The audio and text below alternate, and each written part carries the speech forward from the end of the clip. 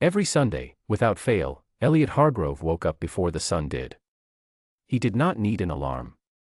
His body had learned the ritual the way bodies learn things that matter, quietly, permanently, without being asked. He would dress in the dark, always in a dark coat, always in silence. He would stop at the same flower stall on the corner of Maple and Fifth, where a retired woman named Rosa kept the only white peonies in the city that looked the way he needed them to look, fresh, full, and unharmed. He would buy 6. Always 6. Then he would drive himself, no driver, never a driver on Sundays, to Lakeview Memorial Cemetery, park in the far corner of the lot, and walk along the stone path to a black granite grave marker at the end of the second row. The marker read, Catherine and Hargrove. Beloved. The bravest person in any room. He had written those words himself, at 3 a.m. the night before the engraver needed them, sitting at the kitchen table with a glass of water he did not drink and a pen he pressed so hard into the paper it tore. He had written 40 versions before he wrote that one. It was the only version that did not feel like a lie. Catherine had died 3 years and 2 months ago. Brain tumor. Aggressive, fast, and completely without warning. One Thursday she had a headache. By Tuesday she was in the hospital. By the following month, she was gone.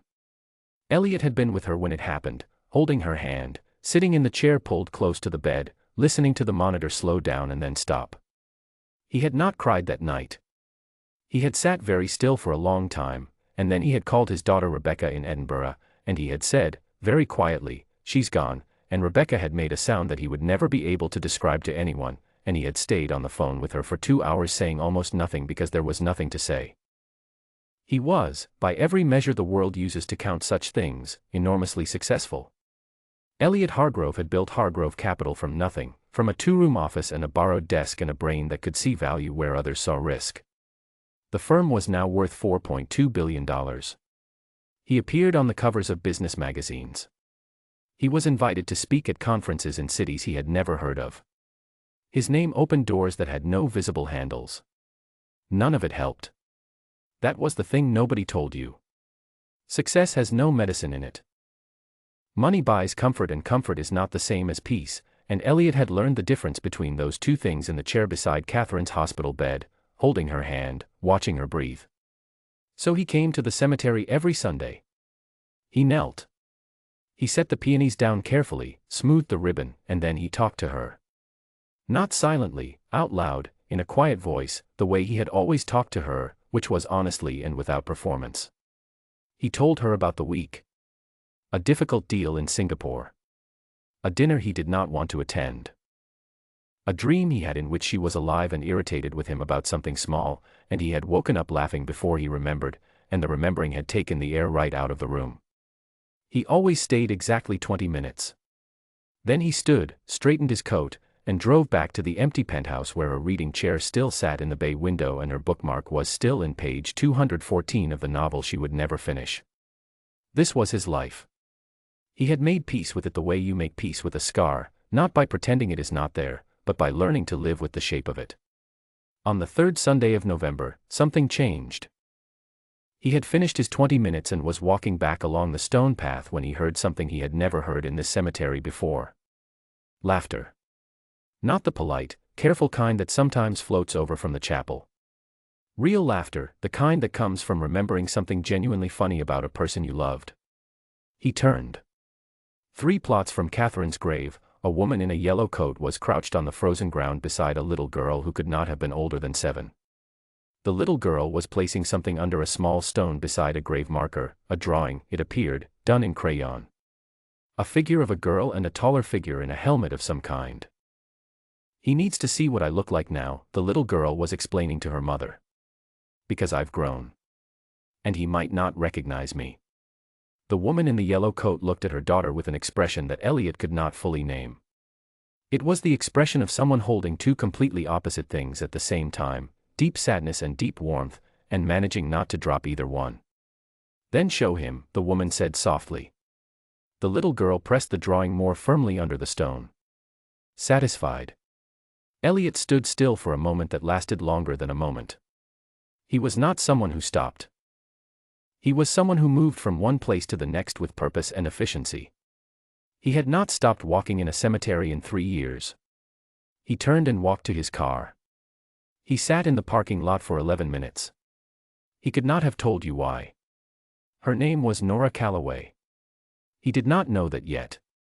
He would learn it 2 Sundays later, when he arrived at Catherine's grave and found her there, not at Catherine's grave specifically, but nearby, confused by a rerouted path because of a new burial area.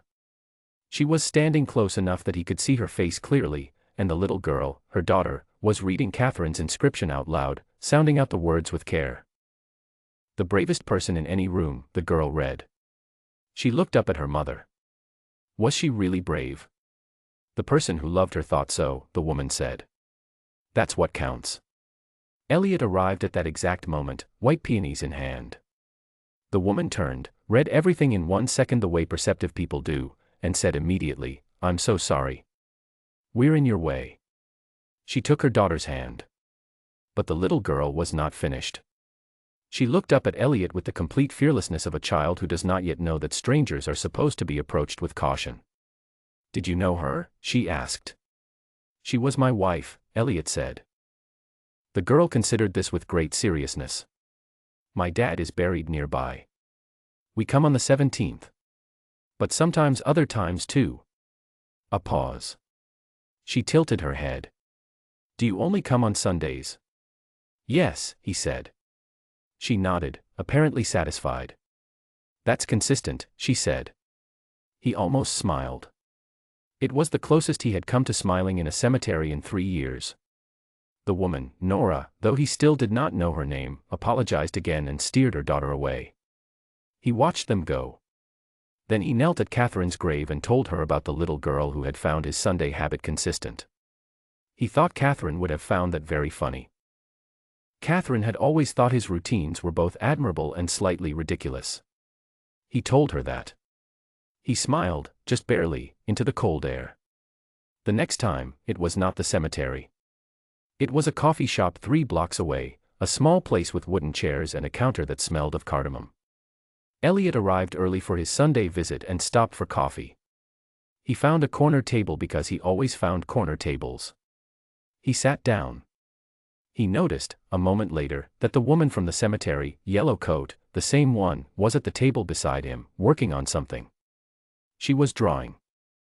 Illustrating, actually, careful, precise lines in ink, a lighthouse with a small figure standing at the top. She was deeply focused, the kind of focus that comes from genuinely loving what you are doing. She did not notice him. He did not introduce himself. He ordered his coffee, drank it, and left. But on the way out, he noticed she had left her pencil case on the edge of the table when she turned to gather her things. He told the barista quietly, in case she came back. She did come back, 20 minutes later, slightly panicked, and the barista gave it to her and said a man had noticed. She looked around but he was long gone. She thanked the barista and held her pencil case for a moment before putting it in her bag, and her expression was something between relief and something harder to name. She thought about it on the walk home. A small thing. A stranger noticing a small thing. She could not explain why it stayed with her. The third time, her car would not start. It was the 17th of December.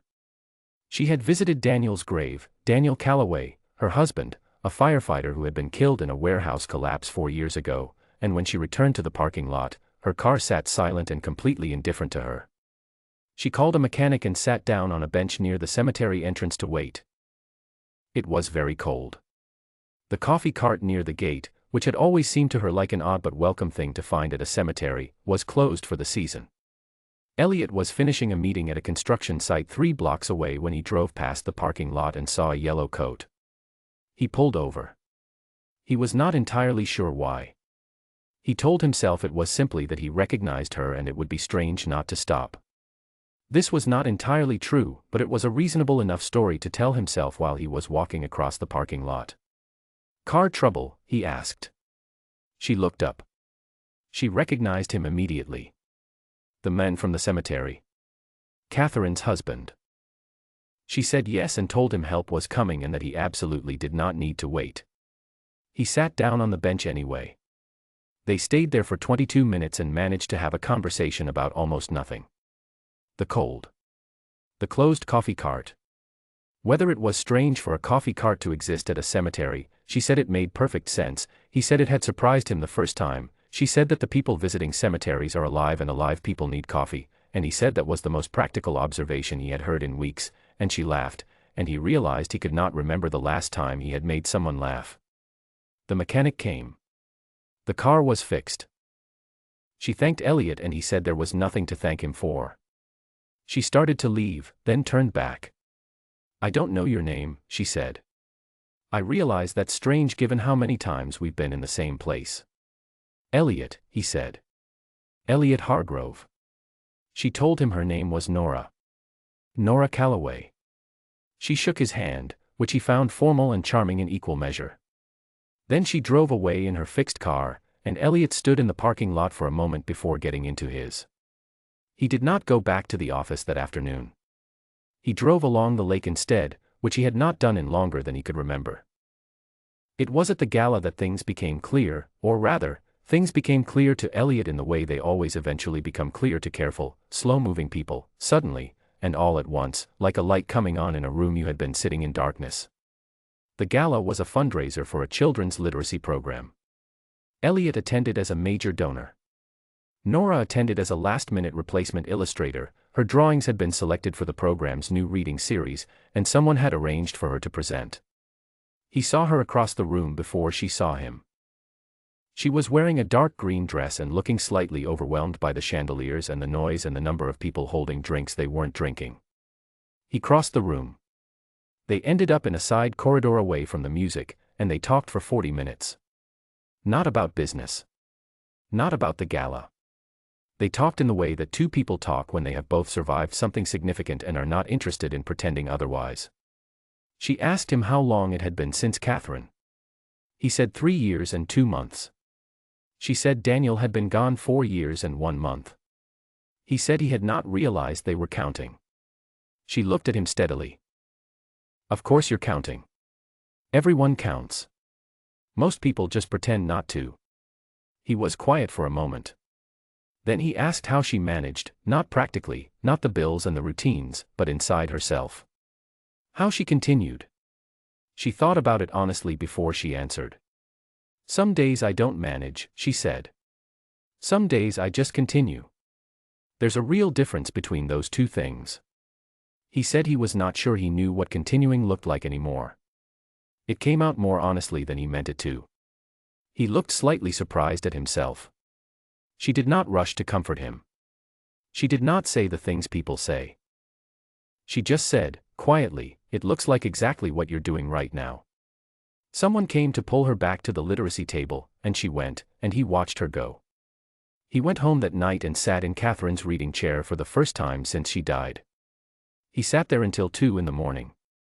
He was not sad. He was something more complicated than sad, something that had warmth in it. He sat with it. He did not try to name it. Over the next 6 weeks, they spoke. Phone calls at first, careful, unhurried conversations that started practically and then drifted somewhere more honest.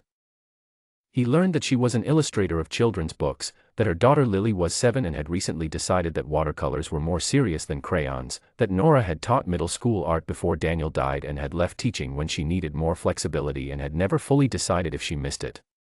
She learned that he had a daughter named Rebecca in Edinburgh, that he ate the same lunch every day not out of laziness but out of a genuine indifference to food that Catherine had always tried and failed to correct, that he had been to 61 countries on business and remembered almost none of them because he had spent all of his time in offices. She told him that was very sad. He said he had not thought of it that way before. She said that was also sad. He laughed. He was getting better at that. They met for coffee once, the 3 of them, because Lily had heard about the men from the cemetery and had made it clear that she intended to form her own opinion. She chose the bakery herself, based entirely on a marzipan elephant in the window display. She shook Elliot's hand with great ceremony when they arrived, informed him that her father had been a firefighter, told him that her mother cried sometimes but not in a bad way, and then asked him if he had any children. He told her about Rebecca in Edinburgh. Lily found this satisfactory. "Scotland is good," she said, in the tone of someone who had recently covered Europe in geography and was pleased to find it relevant. Elliot bought her the marzipan elephant. She ate it with the focused appreciation of someone who takes dessert seriously. On the walk home, Nora asked Lily what she thought of him. Lily considered for half a block. "He's sad," she said finally. "But he doesn't know how to show it, so he just gets quieter." Nora looked at her daughter for a moment. "You might be right," she said. "We could help," Lily said. "It's not really our job to fix people, Lily." Lily thought about this. "It could be our hobby," she said. In late January, Elliot went quiet. 5 days of silence. No calls answered. His assistant told Nora, when she tried the office, that he was working from home. Nora had been through enough to recognize what 5 days of silence in late January might mean. She did the math quietly, 3 years since Catherine's death. She did not chase him. She did not send more than one message. On the 4th day, she texted, "I think I know what this week might be. You don't need to reply. I just wanted you to know I'm not going anywhere." He called on day 5. 11 in the evening. He did not explain the silence. He said, with no introduction, "I think I've been using the cemetery as a way to stay still. Not to honor Catherine. To stay still. Because moving felt like leaving her." A long pause. "She would have hated that," he said. "She was the least still person I ever knew." Nora said, gently, "Tell me something she did that proves that." And he did. For the first time in 3 years, he talked about Catherine not as a memory to be preserved but as a person who had been real and complicated and alive. He told Nora about Catherine's terrible sense of direction and her complete refusal to admit it. About the way she rearranged furniture at midnight because she said the light was different and the room needed to be rethought. About how she had told him, very directly, 3 separate times in their marriage, that he was being an idiot about something important, and she had been completely right all 3 times, and he had been grateful every time after the fact. He told her about the last year, the hospital, the chair, the monitor, the silence that came after. He had never told anyone the details of that. He told Nora all of it, slowly, in the dark of his penthouse at 11 at night, and she listened to every word. She laughed in the right places, at the furniture rearranging, at the directions story. She was quiet in the right places too. When he finished, there was a comfortable silence. "She sounds like someone who would want you to be okay," Nora said. "She would have wanted me to be more than okay." "Then be more than okay." Nora said it simply, without any drama in it. Just the plain truth, stated plainly. He sat with it for a moment. Then he said, "Thank you, Nora." She said good night. He said good night. He sat in Catherine's chair for another hour. Not with grief this time. With something that felt, cautiously, like permission. The following Sunday was cold and clear. Elliot arrived at the cemetery at 6:58 a.m., 2 minutes early, as always. He bought the white peonies from Rosa, who asked him how he was doing, and he said, for the first time ever in 3 years of buying peonies, that he was getting better. Rosa smiled and gave him an extra stem for free. He walked to Catherine's grave. He knelt. He set the flowers down, smoothed the ribbon, and he talked to her. He told her about Nora. He described the yellow coat and the coffee cart and the 22 minutes on the bench. He told her about Lily and the marzipan elephant and Scotland being acceptable. He told her about the gala corridor and the phone call and the way Nora had said some days I just continue, as though continuing was its own kind of courage. He told Catherine he was still coming. He would always come. He told her that this was not leaving her, it was finally, after 3 years, also returning to himself. "You told me once," he said quietly, "that grief is love with nowhere to go. I think I've been parked here for 3 years. I think it might be time to drive." He smoothed the ribbon one more time. He stood. He turned around. Nora was there. Not planned, not arranged, she had come on a Sunday for the first time, because she had wanted to visit Daniel and tell him something too. She was standing at his grave, a few rows away. She turned at the same moment Elliot turned, and they saw each other across the quiet morning. Neither of them moved quickly. They walked toward the middle, unhurried, the way people walk when they are not sure exactly what they are walking toward but they are not afraid of it. Lily was with Nora. She had 2 colors of tulip in her arms, yellow and white, because she had been told, firmly, that she could pick the flowers herself today. She looked at Elliot when he arrived and immediately examined the peonies still in his hand. "Did you bring those for your wife?" she asked. "I already left some," he said. "These are the last two." She looked at the peonies. She looked at her mother. She looked back at Elliot with the calm certainty of a 7-year-old who has already made up her mind. "You should give my mom one," she said. "She likes flowers. Also, she never buys them for herself because she says it's impractical, but I think she just forgets she's allowed." "Lily," Nora said. But Elliot was already holding out one white peony. Nora looked at it for a moment. Then she looked at him, really looked, the way she looked at things she was deciding to trust. And then, quietly, she took it. The three of them stood together in the January cold, in the quiet of Lakeview Cemetery, with the white peonies and the tulips and the drawings Lily had tucked under the stone. No one said anything for a moment. There was no need to. Spring came slowly that year, the way it always does in Chicago, arguing with winter for weeks before finally winning. By March, the paths in the cemetery were clear and the first green things were beginning again at the edges of the stones. Elliot still came every Sunday. He always would. Nora still came on the 17th. Sometimes, now, their schedules crossed, and they would find themselves at the cemetery entrance at the same time and walk the paths together, talking about ordinary things, Lily's latest drawings, a book Nora was reading, a city Elliot was traveling to that he had promised, this time, to actually see. Catherine's grave had fresh peonies every week. Daniel's grave had fresh drawings, done now in watercolor, because Lily had graduated from crayons and considered this a development worth acknowledging.